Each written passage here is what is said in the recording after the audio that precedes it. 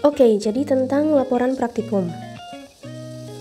Biasanya teman-teman itu suka bingung bagaimana caranya untuk menulis laporan praktikum yang baik dan bisa dapat nilai bagus gitu mungkin ya. Atau kadang juga bingung apa sih sebenarnya yang kita tuh tulis di dalam laporan praktikum. Nah, seperti biasa isinya laporan praktikum itu pasti ada cover. Ini biasanya tinggal kalian buat aja terus kalian cetak kayak gitu. Kalau misalnya laporannya tulis tangan, berarti tinggal di print out. Nah, di bagian cover ini pasti ada judul kan. Itu kita pakai spasinya untuk semua tulisan yang ada di cover itu adalah satu. Mulai dari judul, kemudian subjudulnya yang biasanya ada di bawahnya itu. Kemudian pasti di sini akan ada logo ya. Di sini ada logo. Itu biasanya ukurannya 5 x 5 cm. Kenapa kok 5 x 5 cm? Itu supaya nggak terlalu besar kayak gitu. Jadi tidak terlalu memenuhi halaman, yang mana itu bisa bikin jelek. Terus biasanya di sini akan ada nama, kemudian di sini ada NIM, kemudian ada instruktur praktikumnya siapa kayak gitu. Nah, ini kalau bisa nama itu rata kiri, kemudian NIM itu nanti di rata kanan gitu. Ini kalau misalnya kasusnya namanya banyak ya. Nah, kemudian ini kalau misalnya untuk nama terus NIM. Nah, terus nanti di bagian bawah sini tuh biasanya hari atau tanggal praktikumnya kapan. Terus habis itu nanti instruktur kalian tuh siapa atau nama dosennya siapa kayak gitu. Nah, kemudian di yang paling bawah itu biasanya ada jurusannya apa, kemudian prodinya apa, fakultasnya apa dulu, terus prodinya apa, biasanya gitu. Dan di sini biasanya ada tahun, misalnya 2025. Nah, ini semua itu spasinya satu ya, semuanya dari atas sampai bawah. Itu terkait dengan covernya. Kemudian kita masuk ke halaman selanjutnya, halaman pertama itu biasanya di situ ada judulnya dulu nih, judul. Nah, judul itu ditulis di tengah. Ditulis di tengah, boleh kapital semua, boleh enggak, kayak gitu. Kemudian setelah judul kita pasti punya tujuan. Nah, tujuan ini tuh sebenarnya apa sih gitu. Kadang teman-teman suka bingung ya, tujuannya itu kita ngapain praktikum ini gitu. Nah, biasanya tujuannya itu kalau misalnya karena aku jurusan kimia, pastinya kan tujuannya adalah untuk membuktikan misalnya gitu. Membuktikan sesuatu, membuktikan bahwa ketika ada X ditambahkan dengan B, maka dia akan menjadi XB. Nah, misalnya kayak gini. Kemudian ada juga misalnya mengukur kadar, ini yang paling umum ya kalau di kimia, mengukur kadar. Nah, misalnya kadar asam salisilat nih, atau mengukur kadar zat apa di dalam make up misalnya gitu, di dalam krim malam misalnya kayak gitu, atau mengukur kadar limbah buangan apa di dalam air sungai apa kayak gitu. Nanti tergantung praktikumnya itu mau ngapain. Nah, kemudian bisa juga nanti menganalisis misalnya gitu, menganalisis jumlah dari misalnya Fe dalam darah gitu kan, dalam darah kita itu kan mengandung Fe ya kayak gitu. Nah, ini tuh termasuk tujuan dari kita melakukan praktikum itu buat ngapain sih, kita nyari apa, kita tuh mau ngapain. Nah, kayak gitu. Jadi pasti teman-teman tahu sih tujuan dari praktikumnya itu apa, sesuai dengan nanti metodenya itu ngapain kayak gitu. Nah, setelah tujuan, pasti di situ akan ada dasar teori. Nah, ini yang biasanya jadi PR buat banyak teman-teman mahasiswa gitu ya. Dasar teori itu isinya apa? Kayak gitu. Apa yang kita masukkan ke dalam teori? Nah, sebenarnya dasar teori itu adalah istilahnya gitu apa ya? Literatur gitu loh. Literatur kita dalam menulis. Nah, kita tuh sebenarnya butuh apa aja sih untuk menulis laporan? Ya, tentunya kalau misalnya analisis gitu ya pastinya berkaitan dengan tujuan tadi. Kalau misalnya tujuannya membuktikan X tambah B sama dengan XB, berarti di situ akan ada dasar teori tentang reaksi. Nah, reaksi X dan B. Nah, kayak gitu. Terus misalnya di sini mengukur kadar asam salisilat. Ya udah, berarti kita harus tahu tentang asam salisilat itu sendiri. Asam salisilat itu bentuknya bagaimana, kemudian dia itu biasanya terkandung di dalam suatu kosmetik itu berapa banyak, kayak gitu. Kalau kasusnya ini salisilat dalam kosmetik misalnya kayak gitu ya, atau dalam makanan kayak gitu, asam salisilat. Kemudian misalnya nanti ngukurnya mau pakai metode apa gitu ya, misalnya metode X. Nah, metode X itu yang seperti apa sih gitu, prinsip kerjanya bagaimana gitu, terus cara membaca datanya menurut metode X itu bagaimana kayak gitu. Nah, ini masuk ke dalam dasar teori, karena dasar teori ini adalah teori-teori yang mendasari kita untuk kemudian nanti membahas hasil yang kita dapat dari praktikum ini atau penelitian ini kayak gitu. Misalnya nih menganalisis jumlah Fe dalam darah. Nah, ya udah kita cari Fe FE itu apa, misalnya gitu ya, dia ini apa, sifatnya bagaimana. Nah, kemudian dia di dalam darah itu jumlahnya berapa banyak gitu, ya kan? Itu kita perlu tahu dulu gitu, untuk nanti kita bisa next stepnya kita bisa tahu bahwa oh FE di dalam darah itu memang ada kadar normalnya itu sekian. Berarti kalau misalnya FE itu di atas jumlah normalnya, maka kemungkinan pasien kita sakit, atau mungkin kalau jumlahnya kurang nanti sakitnya apa, kayak gitu-gitu. Kemudian kita juga harus tahu juga gitu kan, analisis apa aja sih gitu, analisis apa aja yang diperlukan, yang biasa dipakai gitu, yang biasa digunakan. Nah, apakah kita menggunakan salah satu di antaranya, ataukah kita menggunakan metode baru? Kalau memang kita menggunakan metode baru, ya metode tersebut itu metode yang bagaimana, itu kita perlu tahu juga, dan itu dimasukkan semuanya ke dalam dasar teori. Nah, itu paling penting ya, terkait dasar teori seperti itu. Kemudian setelah dasar teori itu biasanya kita punya metode. Nah, di sini nih, metode ini kalau untuk teman-teman yang masih praktikum biasanya sudah ditentukan di modul. Jadi nggak perlu susah-susah untuk mencari lagi gitu ya. Metodenya apa sih?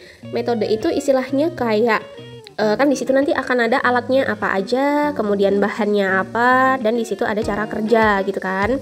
Nah, ibarat orang memasak, metode ini adalah resepnya gitu. Kita mau pakai apa aja di dalam situ. Dan ini sudah tidak bisa diganggu gugat kalau konteksnya praktikum ya. Nah, cara kerja ini biasanya penulisan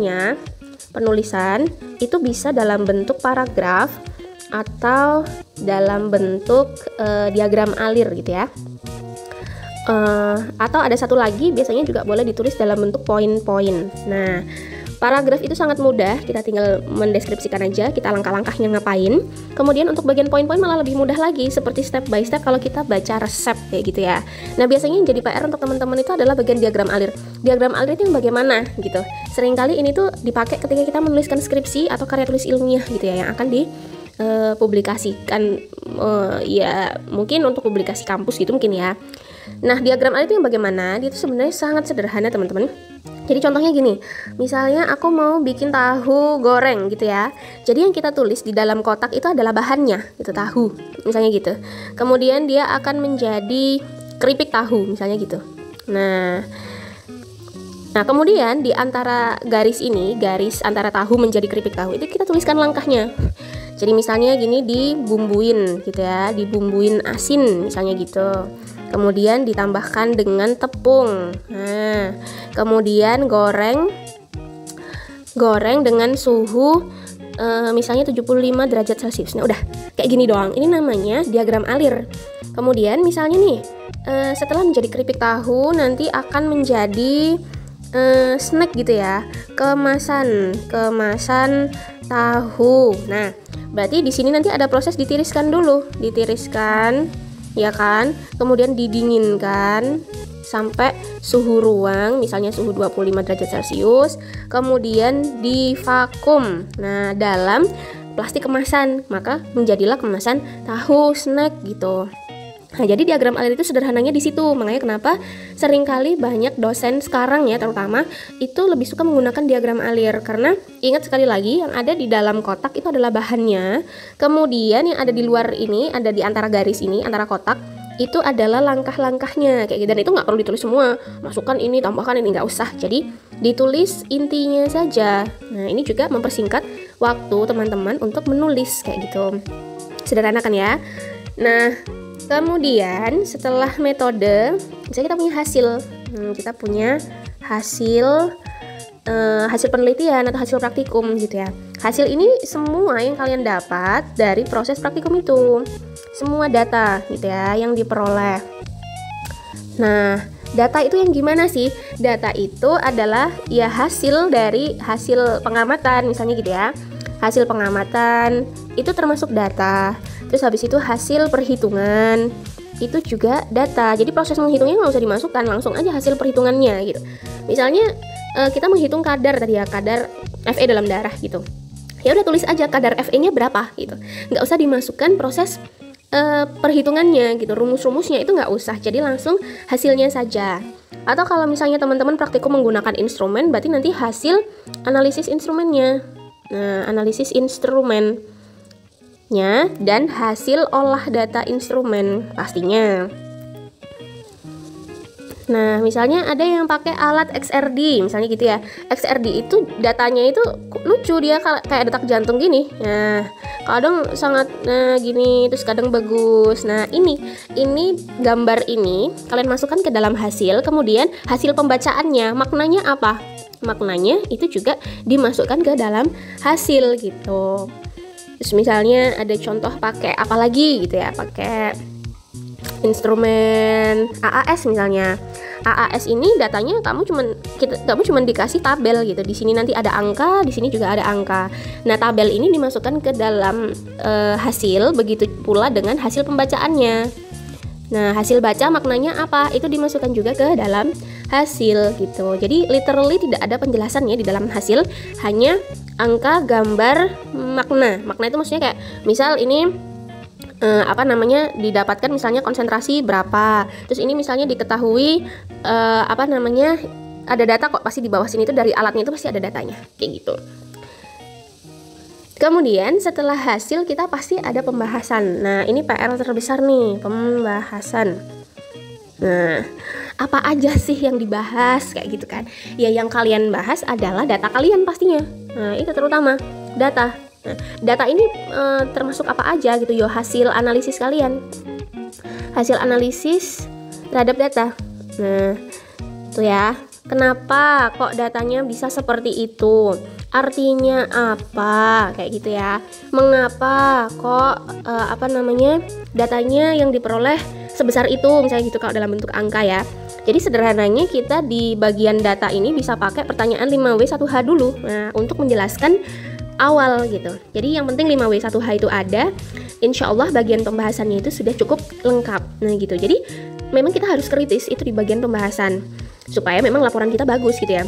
Jadi nggak hanya sekedar menulis ulang yang ada di bagian hasil, tapi kita juga membahas gitu loh. Maksudnya kenapa sih ini kok bisa kayak gini? Terus kalau udah kayak gini harus gimana? Kayak gitu. Jadi kalau tips dari aku ya, itu kita harus punya pertanyaan, harus ada pertanyaan.